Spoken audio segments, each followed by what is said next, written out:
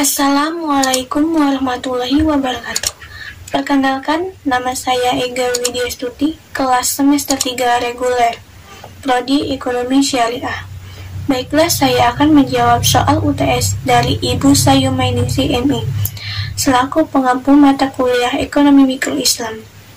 Pertanyaan pertama, jelaskan perbedaan ekonomi mikro Islam dan ekonomi mikro konvensional. Ekonomi mikro Islam menjelaskan bagaimana mengambil keputusan dalam satu unit ekonomi dengan memasukkan batasan-batasan syariah sebagai variabel utama.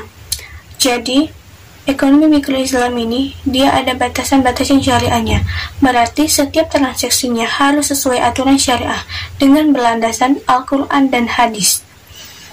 Sedangkan ekonomi mikro konvensional, perilaku individu dalam pengambilan keputusan bertindak dengan norma dan persepsinya masing-masing.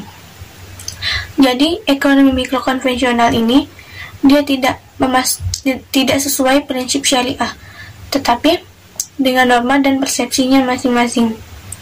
Jadi, apa yang ada dalam pikirannya dan apa yang ada dalam persepsinya, entah itu halal atau haram, semuanya dihantam. Pertanyaan kedua, permasalahan ekonomi Islam versus konvensional.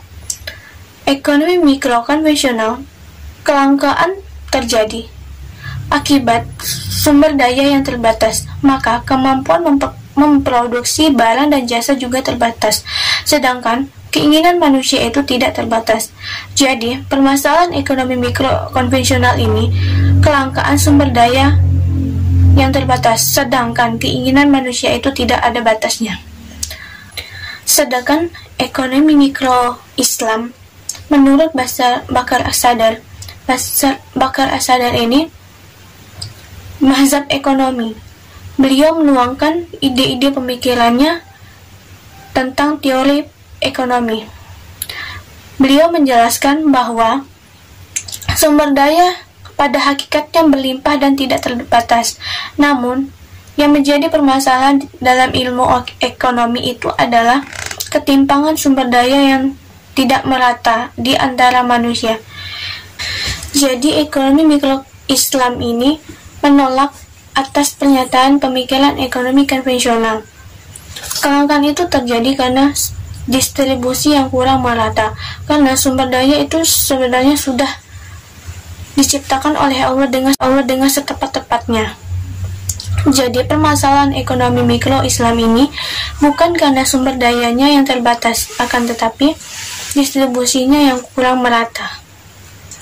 Pertanyaan ketiga, jelaskan 5 universal ekonomi: tauhid, adil, nubuah, khalifah, dan ma'ad. 5 nilai universal ini memiliki fungsi seperti pondasi, yaitu menentukan kuat tidaknya suatu bangunan. Yang pertama, tauhid yang Maha Esa memiliki arti bahwa semua manusia yang dilakukan dunia akan dipertanggungjawabkan oleh Allah di akhirat kelak. Yang kedua, adil yang Maha Adil, yang memiliki arti bahwa Allah telah memerintahkan manusia untuk berbuat adil dan tidak menzalimi satu pihak lain untuk mendapatkan keuntungan pribadi. Yang ketiga, nubuah, kenabian, menjadikan sikap dan sifat Nabi menjadi sebagai teladan untuk melakukan aktivitas di dunia. Yang keempat, khalifah, pemerintah. Peran pemerintah adalah memastikan tidak ada distorsi sehingga perekonomian berjalan dengan baik. Yang terakhir, ma'ad, hasil atau keuntungan. Dalam Islam, hasil laba yang didapatkan dunia juga menjadi hasil laba di akhirat. Jadi, bukan hanya untuk mencari laba keuntungan di dunia saja, akan tetapi melakukan hasil laba juga untuk di akhirat kelak, seperti bersedekah, seperti contoh hal kecil sedekah. Baiklah, itu saja yang bisa saya sampaikan. Mohon maaf bila ada salah kata. Pada Allah saya mohon ampun. Saya akhiri. Wallahul muwaffiq ila aqwamit thoriq. Wassalamualaikum warahmatullahi wabarakatuh.